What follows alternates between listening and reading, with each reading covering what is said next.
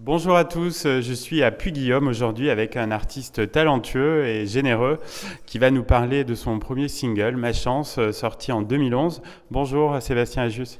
Alors bonjour. Alors ce titre, Ma Chance, très solaire, traduit un peu ta bonne humeur et ton état d'esprit positif.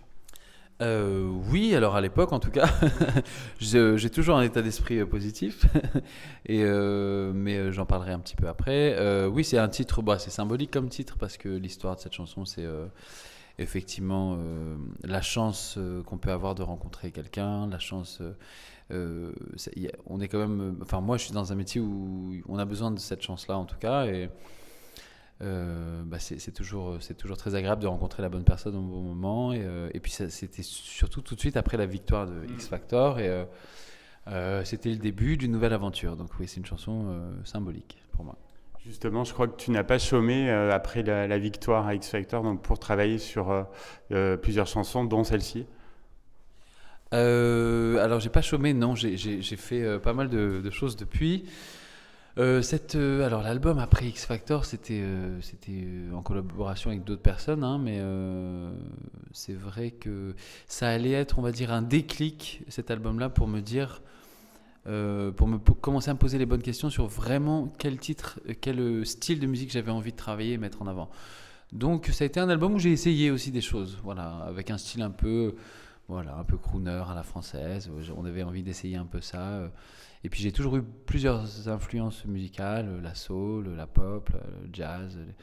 Et c'est vrai qu'il y a des couleurs un peu soul, un peu jazz sur cet album, et ça a été l'occasion pour moi en tout cas d'essayer des choses avec ce style-là, quoi. Et comment elle est née concrètement cette chanson, Ma Chance, tu te souviens? Bah, c'est le directeur artistique qui m'avait proposé chez Sony à l'époque, quand j'étais signé chez Sony, mon DA qui m'avait dit bah tiens, il y a cette chanson, est-ce que ça te plaît? Bah, du coup j'ai dit bah ok, je vais écrire dessus, et j'ai écrit les paroles, voilà. Mais c'était une chanson qui existait déjà en fait, et qui a été composée par Laura Marciano. Donc bah, j'ai joué le jeu, je dis bah ok, je vais écrire dessus. Après, j'avais déjà envie déjà de faire mes chansons à moi, ma musique à moi, mais je me suis dit bon bah pour une première aventure, je vais jouer le jeu et je vais voir où ça me mène, quoi. Ouais. La chanson a été pas mal diffusée en radio, ça a permis de faire découvrir aussi ton univers. Oui, à l'époque, oui, oui, ça a été diffusé en radio, en télé. Faire découvrir mon univers, je suis pas sûr parce que c'est mon univers, c'est plus ce que je fais aujourd'hui. C'est plus moi, mais en tout cas, ça a été l'occasion de faire découvrir ce projet-là à cette période-là, à cette époque-là, oui. Est-ce que tu as eu l'idée du clip très sympathique sur les toits de Paris, où tu as tout de suite adhéré hein, quand on te l'a proposé? Ben, on avait fait des réunions avec l'équipe de réal et de prod, et on avait réfléchi à un truc. Ils m'avaient proposé des idées, je crois que c'est eux qui avaient proposé l'idée sur le toit. Et puis ensuite, j'avais proposé des amis à moi qui travaillent, des comédiens, des danseurs. Et les gens qui sont avec moi dans le clip, c'est que des potes et des gens qui ont des talents différents. Et donc après, j'aime bien garder ce côté familial aussi quand je travaille. Voilà. Alors on va parler un petit peu de ton actualité. Tu reviens avec des nouvelles chansons. Et donc tu as choisi de présenter ton album Season of Me sous la forme de 4 saisons réparties en 4 EP. C'est original. Ben oui, en tout cas, c'est né d'une inspiration, enfin de la nature en fait, de ce qu'on peut observer dans la nature ou chez les gens aussi autour de nous, ou aussi dans notre propre vie. C'est-à-dire, on a plusieurs cycles, on a des hauts, des bas, on a des saisons, des moments où ça va moins bien, des moments où on est plus exalté, des moments plus profonds, des moments. Donc j'avais envie en fait avec des chansons, des ambiances différentes, des musiques un peu, des sonorités du monde un peu différentes, d'essayer de traduire toutes ces saisons qu'on porte en nous. Voilà. Et alors de quoi parle le premier volet, Printemps? Et ben le printemps c'est très frais, c'est plus une renaissance ou une naissance.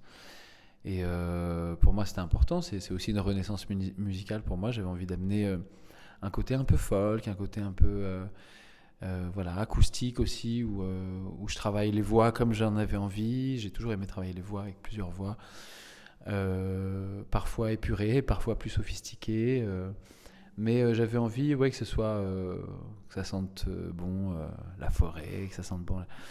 Donc il y a toujours une part de nature, une part de voyage, et après des chansons différentes, mais c'est plus des chansons, ouais, d'aller de l'avant. Il y a une chanson qui s'appelle Wake Up Soon aussi, que j'ai écrit pour un ami à moi, qui effectivement était dans une période à l'époque pas très joyeuse. Et je lui dis, c'est un ami qui s'adresse à un autre ami, à quelqu'un à qui il tient, qui lui dit, voilà, maintenant, réveille-toi tôt et reprends les choses en main. Et voilà. Donc chaque chanson a une histoire, bien entendu. Sur l'album, il n'y a aucune chanson gratuite. Donc cette émission est enregistrée le 21 juin, donc c'était le jour idéal pour dévoiler le volet été. C'est ça, comme c'est le jour de l'été aussi. Alors, et en plus la fête de la musique, c'est quand même, c'est quand même une belle surprise aussi, puis une belle coïncidence.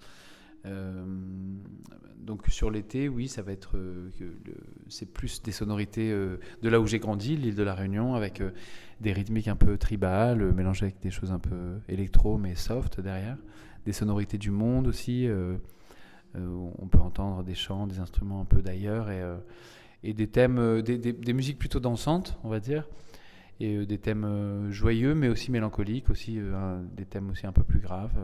Une chanson qui s'appelle Pleure pas papa, il y a une chanson qui s'appelle Gaïa, une chanson qui s'appelle Si elle était là, et une chanson en anglais, parce qu'il faut savoir que sur l'album j'ai fait à peu près 50-50, j'ai gardé le côté en anglais aussi, parce que je trouve que ça sonne très bien, et puis je sais qu'il y a des gens qui aiment l'anglais aussi, mais j'ai toujours envie d'écrire en français, et donc j'ai essayé d'équilibrer pour faire plaisir à tout le monde. Alors, tu as participé à plusieurs comédies musicales, comme Mozart ou 1789, Les Amants de la Bastille. Ça a été des expériences enrichissantes pour toi? Oui, et puis ça a été enrichissant, et surtout c'était ce que je voulais faire, parce que je me suis formé à l'école supérieure du spectacle à Paris. Ça m'a donné les outils nécessaires pour pouvoir travailler dans ce genre de spectacle. Et après, c'est vrai qu'à chaque nouvelle expérience, chaque nouveau spectacle, on repart plus fort, on apprend plein de choses. Dans les moments où tout va bien, comme dans les moments difficiles, on apprend à être soudé avec une compagnie, on apprend à travailler pour un metteur en scène.